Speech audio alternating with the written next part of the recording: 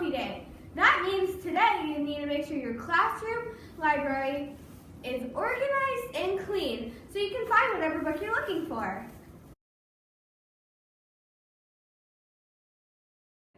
Hey Patriots, Miss Greco and I are here to talk to you about pineappling. So we want to share with you some of the adventures we had this week in pineappling. I'm going to let you start, Miss Greco. Well, first, I saw on Friday, I was talking to Miss Martin, and she happened to tell me about something awesome that her kids did. It's something called QFT, Question Formulation Technique, and we had learned all about it on Saturday. Sounds fancy. When we went to our inquiry training, and she was telling me how she gave the kids a topic focus of space, and they had 8 minutes to come up with as many questions as they could come up with. So those of you out there who are interested in seeing this QFT technique in action, I highly recommend that you visit Miss Martin's class and see the awesomeness that happened. How often are they going to do that, Miss Greco? Because I want to see that. Well, I think she's going to do it every time there's a different topic that she wants them to generate questions about. And then they're going to take those questions and they're going to start researching and finding some of the answers. So Miss Martin's class, you need to let Miss Martin know that she needs to tell us when she's going to be doing that so we can come and check it out. Oh, and I'm going to give you this because I think you're going to share about that too. This week I got passed a note from Reno and from Emma in Miss Hepner's class.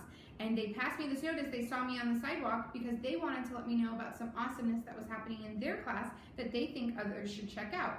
So Reno talked about how they're learning about the American Revolution in 5th grade and how Miss Hepner has been giving them some really cool opportunities to understand a little bit about what the colonists were going through. So one of the activities they did was where the teachers had a breakup letter. It wasn't really a breakup letter, but it was a breakup letter that the kids thought was a real breakup letter between a boy and a girl. And it turns out that this actually was a version of a breakup letter that the colonists would have sent to England. And then she also did a really cool activity to teach the kids about the taxes that the colonists were facing. So if you want to see some cool different ways for content to be instructed to your students, you should check out Miss Hepner. Awesome.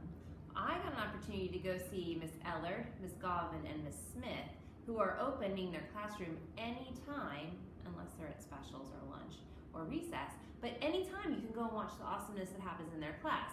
And Miss Ellard's class was doing this awesome activity with timelines, and all the kids were so engaged and so into it. She has a lot of cool stuff going on in there. And then Miss Govin's classroom, I was amazed that these first graders were all doing different activities, but they were all engaged while she was able to pull small groups to her table. And then Miss Smith had a video on because her class is studying Australia, and she was engaged in the video and stopping and having the kids talk about the animals that they were seeing and even trying to talk in the Australian accent. It was really neat. So you all should go and check out those classes anytime because they're opening their classroom anytime. And it was super cute when I sat down and plopped myself down. Miss Ellard's class knew what I was doing. They said, "Hey, you're in here to pineapple." So if you see Miss Greco and I come and plop ourselves in their classroom, that's what we're doing. We're pineappling. And don't forget to encourage your teachers because they can earn super fantastic prizes for pineappling, like these super awesome pineapple Band-Aids, which I'm sure if they win, if you get a boo-boo, you can have one of these. And they're puffy, they feel like pineapples. There's also cool prizes like a pineapple pool float. So over the summer, they could be floating around in their pool or at the beach and be sitting on a pineapple. Or even now, really, because it's like 80 degrees outside. And I have some cool pineapple mango hand sanitizer that's super amazing, which I'm sure, ooh, smell that. Ooh, it smells just like pineapple. That if they won this, they probably would share with you as well. So remember to encourage your teachers to pineapple, and if you see Miss Greco and I, let us know about the awesome things that are happening in your classroom. Have a great day, Patriots.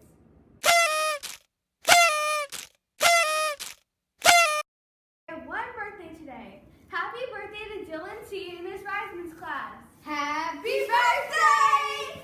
Here's Mrs. Greco with the new and quiet question of the week. Hey Patriots, Miss Greco here with another edition of Wondering Wednesdays. So I just want to remind everybody to keep submitting answers. I was really hoping that this time around the box would be full. We still have some people sending in answers to our Wondering Wednesday questions, but not as many of you that are out there are submitting answers. So I really want to see an increase in that blue box being filled with answers to our inquiry questions. Remember, you're competing for prizes. And just to step it up a little bit, I think what I'm going to start doing is not only am I going to pull names for prizes, but every month I'm going to start putting those names into another drawing, and anyone who submits an answer to the inquiry question, anyone, even if I don't pull your answer as the winner, is going to get their name entered into a drawing for extra special prizes because you are participating. So I'm looking for more participation in answering these Wondering Wednesday questions. So let's get to this week's Wondering Wednesday. I'm so excited about this question this week because I actually stumbled upon it last Friday when I was down in 5th grade, and it stuck with me through the whole weekend and the extra days of the week. And so when I came to school on Tuesday, I wanted to know who came up with this question because I thought it was perfect for our next inquiry question. So here are Brant and Donovan with this next inquiry question. I'm Donovan. I'm Brant, and we're from Miss Martin's 5th grade class. The inquiry question for the next 2 weeks is, why do we have one sun and so many moons? Remember to put your inquiry question of the week in this box to win prizes. So Brant and Donovan from Miss Martin's 5th grade class, they are in an inquiry unit based all around space, and I know that 1st grade and 3rd grade are also in units that relate to space. And their inquiry question that they came up with based on what they've been learning is, why do we have only one sun in our solar system, but we have many moons in our solar system? So I thought this was a great question. It would definitely require you to use a source. Remember, your source can be in the form of a computer, books, or even an expert. Maybe our 5th graders who went to Kennedy Space Center, maybe they have an answer to this question based on that field trip that they did. So remember, the inquiry question for the next 2 weeks is, why do we have only one sun but so many moons in our solar system? And please remember to participate in answering our inquiry questions of the week, because you could get entered into a drawing for special prizes just for participating.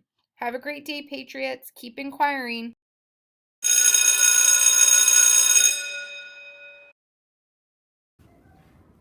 Today's lunch is going to be really tasty. It's going to be a surprise.